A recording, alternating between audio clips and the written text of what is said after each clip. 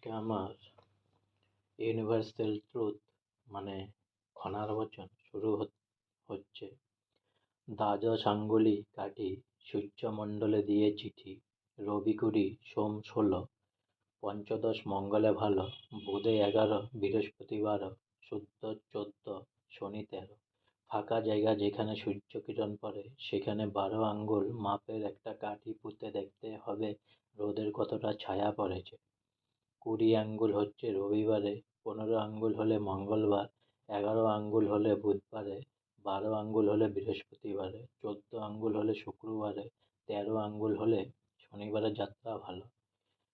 হাঁচি যেটি পরে যাবে অষ্টগুণ তার লভ্য না হবে, যাত্রাকালে হাঁচি অথবা টিকটিকি পড়লে যাত্রা না করাই ভালো।